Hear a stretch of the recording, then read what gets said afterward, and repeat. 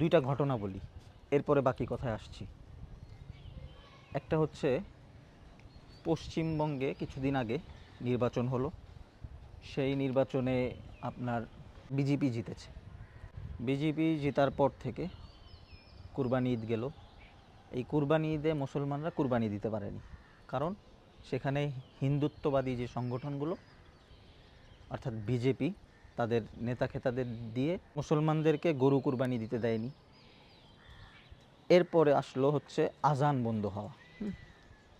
সেখানে বিভিন্ন মসজিদে আজান বন্ধ করে দিয়েছে এবং মসজিদগুলো অনেক মসজিদ তালা মেরে দিয়েছে। এই একটা ঘটনা। আর একটা ঘটনা হচ্ছে এই ঈদের পর থেকে সীমান্তে, আমাদের যে সীমান্ত আছে সেই সীমান্তে পুশিং শুরু হয়েছে। অর্থাৎ ইন্ডিয়ার মুসলমানদেরকে জোরপূর্বক ধরে বিএসএফের মাধ্যমে বাংলাদেশের সীমান্তে পুশিং করছে। তারা ভেবেছিল যে বাংলাদেশ একটা ছোট দেশ তো, এবং বাংলাদেশ আগের মতোই তাদের কথা শুনবে, সেই হিসাবে তারা এই জিনিসগুলো করে যাচ্ছিল। কিন্তু শক্ত অবস্থানের কারণে তারা অনেকটা পিছু হটছে। তো এই যে দুইটা ঘটনা, এই দুইটা ঘটনা আমাদের দেশের উপরে প্রভাব কতটুকু ফেলছে? আমাদের দেশে এই দুইটা ঘটনার প্রভাব অনেক বেশি ফেলছে। কিভাবে ফেলছে আমি বলি। এই যে রংপুরে রাম মন্দির হচ্ছে, রাম মন্দির আগেই ছিল, কিন্তু একটা রাম মূর্তি বানানো হচ্ছে বড় আকারে, খুব বড়ভাবে। হঠাৎ করে এত বড় একটা মূর্তি কারা বানাচ্ছে, কাদের অর্থায়নে এবং কি কারণে? এগুলো কি আমরা কখনো ভেবেছি বা আমরা খতিয়ে দেখার চেষ্টা করেছি? করিনি। আমাদের এগুলো নিয়ে মাথা ব্যথা নেই। কারণ হচ্ছে কি, কারণ আমরা তো সেকুলার রাষ্ট্র। আমাদের এখানে হিন্দু, বৌদ্ধ, খ্রিস্টান, মুসলমান সবাই একসঙ্গে ভাই ভাই হয়ে কাঁধে কাঁধ মিলিয়ে চলাফেরা করি, তাই না? আমরা অন্য ধর্মের আরেকজনকে আমরা ভাই হিসাবে, মানবিক ভাই হিসাবে বলি, যেটা ইসলাম সমর্থন করে না, তবুও আমরা সেটা করছি। আমরা সাম্প্রদায়িক যে সম্পর্ক আছে আমাদের ভিতরে, সেই সম্পর্কটা ঠিক রাখার এবং ভালো রাখার চেষ্টা করি। কারণ এখানে সংখ্যালঘুরা হচ্ছে হিন্দু, বৌদ্ধ, খ্রিস্টান, আর মুসলমানরা হচ্ছে সংখ্যাগরিষ্ঠ। তো সাদা কাপড়ে যেমন দাগ লাগলে ফুটে ওঠে, একটা দাগ লাগলে পুরা সাদা কাপড়টা ফুটে ওঠে, বোঝা যায়, ঠিক মুসলমানরা হচ্ছে সাদা কাপড়ের মতো। তারা একটা ভুল করলে সেটা পুরা মিডিয়া, পুরা বিশ্ব সেটাকে ফলাও করে দেয়।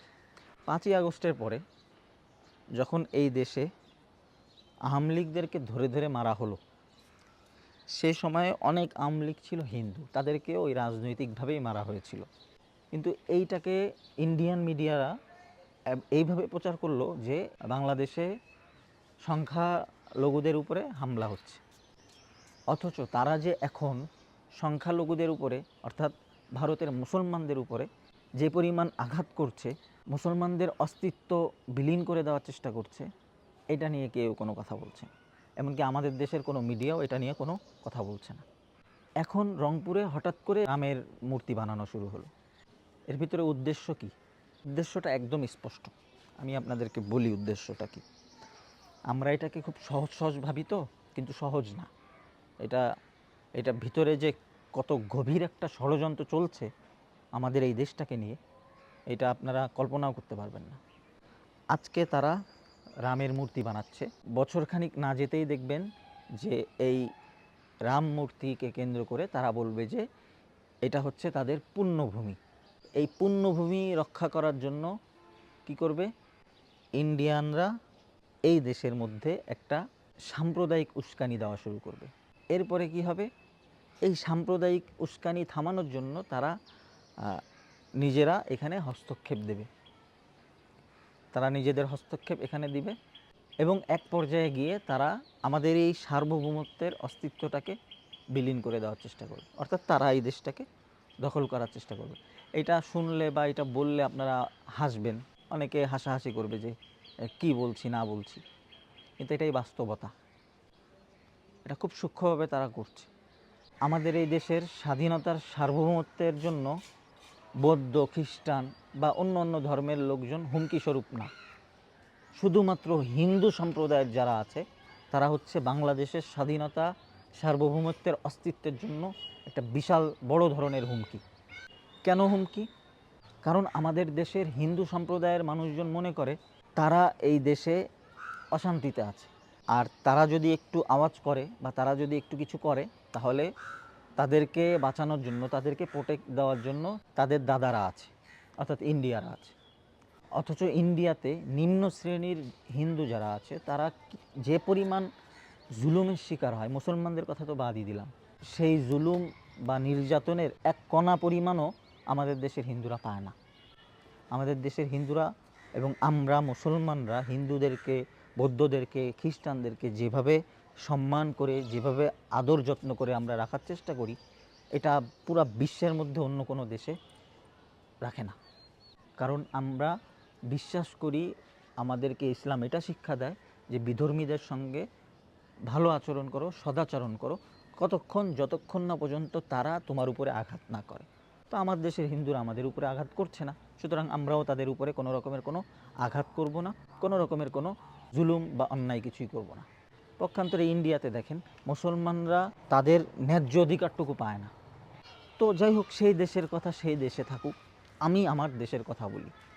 আমাদের দেশে আমরা কখনো এমন কোনো কাজ করতে দিব না যেই কাজ করলে আমাদের স্বাধীনতার সার্বভৌমত্বের জন্য হুমকি স্বরূপ হবে, এমন কোনো কাজ আমরা করতে দিব না। তাই আমি অনুরোধ করব, যেসব মাথামোটারা মনে করছেন যে রংপুরের এই রাম মূর্তি, এটা নিয়ে কথা বলা আমার জন্য না, তাহলে আপনি ভুল করছেন। আপনি যদি মনে করেন যে আপনি কথা বলবেন না, এটা নিয়ে কথা বলবে শুধু হুজুররা, মৌলবীরা, আপনি লিখে রাখেন যে আগামী 10 থেকে 20 বছরের মধ্যে আপনার বংশধর যারা আসবে বা আপনি যদি বেঁচে থাকেন, তাহলে এই হিন্দুত্ববাদীর জুলুমের শিকার হবেন। আমাদের এই দেশের স্বাধীনতা, সার্বভৌমত্বের, অস্তিত্বের উপরে হুমকি চলে আসবে, টিকতে পারবেন না। তো দেখলাম যে রংপুরে কিছু মানুষ এটা নিয়ে কিছু ব্যানার ট্যানার নিয়ে মানববন্ধন করেছিল এই রাম মূর্তির বিপক্ষে। তখন ওই এলাকার কিছু বিএনপির নেতাখেতারা তারা তাদের থেকে জোর করে ছিনিয়ে নিয়ে মানববন্ধন ভেঙে দিয়েছে। আমি সেই সমস্ত নেতাদেরকে বলি, যদি মুসলমান হয়ে থাকেন, যদি মুসলমানের বাচ্চা হয়ে থাকেন, তাহলে এই রাম মূর্তির বিপক্ষে আপনার অবস্থান নিতে হবে। অন্যথায় আপনার ঈমান, আপনার আমল সব কিছুই নষ্ট হয়ে যাবে। আপনি এক কথায় মুসলমান হিসাবে থাকবেন না। কারণ মূর্তির পক্ষে কখনো ইসলাম কথা বলে না। ও আরেকটা জিনিস ভুলে গিয়েছি, সেটা হচ্ছে, ওইটাও আমি দেখলাম আজকে, একটা ফটো কার্ড দেখলাম, ইন্ডিয়ার একটা ছেলে দিয়েছে। ওখানে লেখা আছে, রংপুর আমাদের কাছে বিক্রি করে দাও, যদি রংপুর বিক্রি করতে না চাও তাহলে আমরা জোরপূর্বক দখল করে নিব। বুঝতে পারতেছেন রংপুর কেন তারা চাচ্ছে? রংপুর চাচ্ছে হচ্ছে তাদের যে চিকেন নেক, এই চিকেন নেকের অংশটা একটু বড় হবে, বৃদ্ধি পাবে, জায়গাটা পাবে। কেন ভাই, আমাদের একটা বিভাগ আপনারা কিভাবে চান? মানে আপনাদের এত বড় একটা দেশ নিয়েও হচ্ছে না, এত লোভী কেন আপনারা? আপনারা তো রাম মন্দির বানিয়েছেন বাবরি মসজিদ ভেঙে, সেখানে যান না, সেটাই তো আপনাদের পুণ্যভূমি। আপনার এখানে আবার রামের বড় মূর্তি বানানো লাগছে কেন? যদি বড় মূর্তি বানাতেই হয় তাহলে প্রত্যেকটা মন্দিরে বড় বড় মূর্তি বানান, ছোট ছোট মূর্তিদেরকে পূজা করেন কেন? বড় মূর্তির পূজা যখন করবেনই তাহলে সবগুলো বড় মূর্তি বানান, শুধু রাম কেন? সবাইকে বানান, শুধু রামের মূর্তিই কেন বড় করা লাগবে? তো এই জন্য মুসলমান যারা আছেন, পাতি নেতা হোক, খেজুর হোক, হুজুর হোক, সবার উচিত এই রামের মূর্তি আমার দেশে এত বড়ভাবে হবে না। যদি আপনারা এটার বিপক্ষে কথা না বলেন এখনই, তাহলে মনে রাখেন যে এই দেশের সার্বভৌমত্বের, অস্তিত্বের উপরে আপনারা টিকে থাকতে পারবেন না। সময় থাকতে এখনও বোঝার চেষ্টা করেন। সব কিছুতে রাজনীতি দৃষ্টিভঙ্গি রাখবেন না, আর সব কিছুতেই মনে করবেন না যে এটা আমার কাজ না, এটা হুজুরদের কাজ, এটা অমুকের কাজ, তমুকের কাজ। না, এই মূর্তির বিষয়ে এটা শুধু হুজুরদের কাজ না, এটা প্রত্যেকটা মুসলমানদের কাজ। হ্যাঁ, কিন্তু আমাদের শরীরে এক ফোঁটা রক্ত থাকতেও আমরা এই দেশের 1 ইঞ্চি মাটিও দাদাদেরকে দিব না। এটা হচ্ছে স্পষ্ট কথা। আপনি যদি রাম মূর্তির পক্ষে থাকেন তাহলে ইসলাম ভুলে যেতে হবে, আপনার ঈমান চলে যাবে, আপনি এক কথায় কাফের হয়ে যাবেন। মূর্তির পক্ষে যে থাকবে সে কাফের, এর বাইরে আর কোনো ফতোয়া নেই। এটা কোরআন হাদিসের স্পষ্ট কথা। ইসলামে কোনো মূর্তির পক্ষে থাকার কোনো দলিল নেই। আপনি যদি মুসলমান হন তাহলে অবশ্যই আপনাকে মূর্তির বিপক্ষে অবস্থান করতে হবে। আল্লাহ তাআলা আমাদেরকে বুঝ দান করুক এবং আমাদের দেশ নিয়ে যারা চক্রান্ত করছে, যারা ষড়যন্ত্র করছে, তাদের ষড়যন্ত্র চক্রান্ত নস্যাৎ করে দিক। তাদেরকে এমনভাবে একটা পিটানি দিক আল্লাহ, মানে আমরা পিটাবো না, আল্লাহই একটা পিটানি দিক। যেমন আওয়ামী লীগের পোলাপান লুঙ্গি মুঙ্গি সব খুলে দিয়ে দৌড় দিছে ইন্ডিয়া, তো এরাও যেন এইভাবে সব খুলে রেখে চলে যায়। আমার দেশে তাদের থাকার দরকার নেই।